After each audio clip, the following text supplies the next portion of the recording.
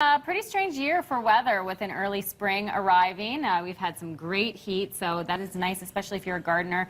Severely hot days, but when it comes to the garden and planting, should we be treating this year like any other? The big question for Kath Smyth this morning from the Calgary Horticultural Society. Easy for me to say. Good morning, Kath. Good morning to you. Okay, we're really excited about gardening, but typically you have to wait until May long. So what are you doing? Well, you know what? Some of my vegetables are already in the ground. Okay. I mean, I've already got onion sets in the ground. Yes. And I couldn't resist and bought some pansies because they can take the cold.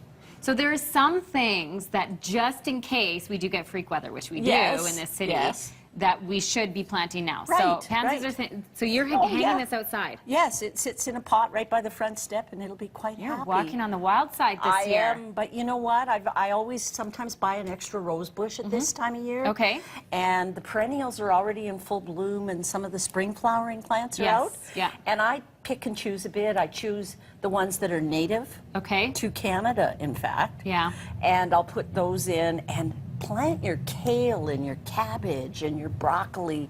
All of those can get in the ground now. Okay, so we're talking seed, right? Well, no, you can even put the plants out. They're frost hardy. They've been put in a cold frame. They've been tested outside, and then they bring them into the garden center and you plant them. Okay. And then there's all sorts of seeds to plant. Now, all your root crops can grow in the ground. And I mean, I love these little sweet short carrots. Look at those. Aren't those cute? Oh, yeah. Aren't those cute? Okay, so we're going carrots. We've got beets, the golden beets. Yeah. And then I also, one of the things I like to plant at this time of year are poppies. Okay. And the poppies, because the temperatures drop like they just did, about 5 days in a row of cool temperatures will help them to germinate, and you get triple the show. Okay, so I'm not worried about the ground freezing or having frost on it. No, because the ground warmed up with all this warm weather. Okay. Plus, the soil is a little bit on the dry side because we've been a little bit dry. But, you know, this moisture is welcome, like welcome. Okay. And this will cool us down just enough that we can start planting our potatoes. Yeah. And we can do some work in the garden and not worry about destroying the structure of the soil. Okay, so you're getting into action this weekend. Oh, yes, I've been working now for a couple of weeks, but I'm cutting it back a bit because, you know, things like our daffodils are already out and flowering. And, you know, I still like the foliage, so you just take and you cut the flower heads off. Okay. And then you get the foliage, and look at these dainty little darlings.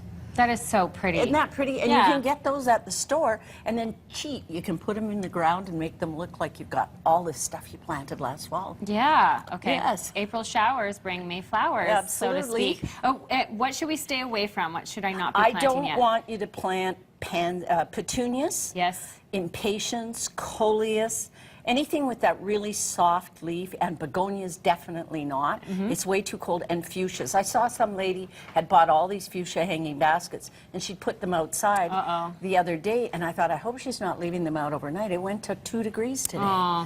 So it's too cold for them. There's and you don't want to waste your money. some of the really tender stuff, and if you look up tender annuals, tender vegetables, those are the May long. Tomato? Tomato, no. Pepper, no. Herbs?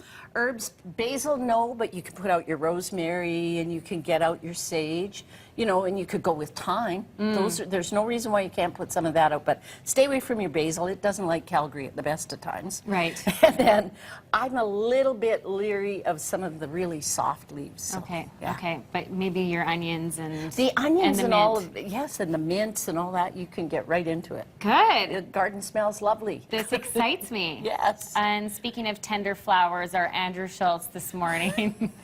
Andy, rain today, sun tomorrow. Not a shrinking violet. And the deal is, my neighbor